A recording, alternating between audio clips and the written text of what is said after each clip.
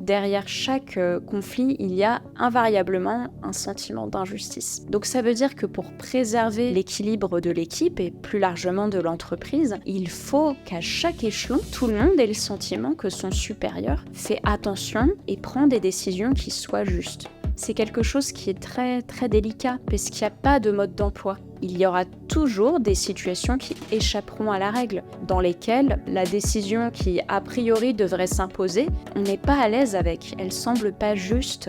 Donc le manager, ce qu'il doit faire, c'est de définir ses propres critères. Il ne s'agit pas forcément de courir après la vérité, puisqu'en matière de sentiments humains, tout le monde sait que l'objectivité pure et dure n'existe pas. Ce que doit s'efforcer de faire le manager, c'est de faire preuve de sincérité, de regarder en son cœur, de dire dans cette situation, qu'est-ce que je trouverais injuste? Qu'est-ce que je trouverais juste? Donc ça, c'est la première pierre. Et la seconde, c'est d'être capable de communiquer ces décisions-là de façon transparente. Imaginez que vous deviez définir un planning avec des astreintes de week-end. Donc vous allez devoir choisir qui va sans doute être obligé de venir le week-end et qui pourra profiter de son week-end en famille. On est bien d'accord que c'est un sujet sensible. Et c'est seulement à partir du moment où on arrive à expliquer clairement et sincèrement le pourquoi de cette décision que ceux qui en sont tributaires pourront l'accepter et lui attribuer une valeur de justice, même si la décision n'est pas particulièrement en leur faveur.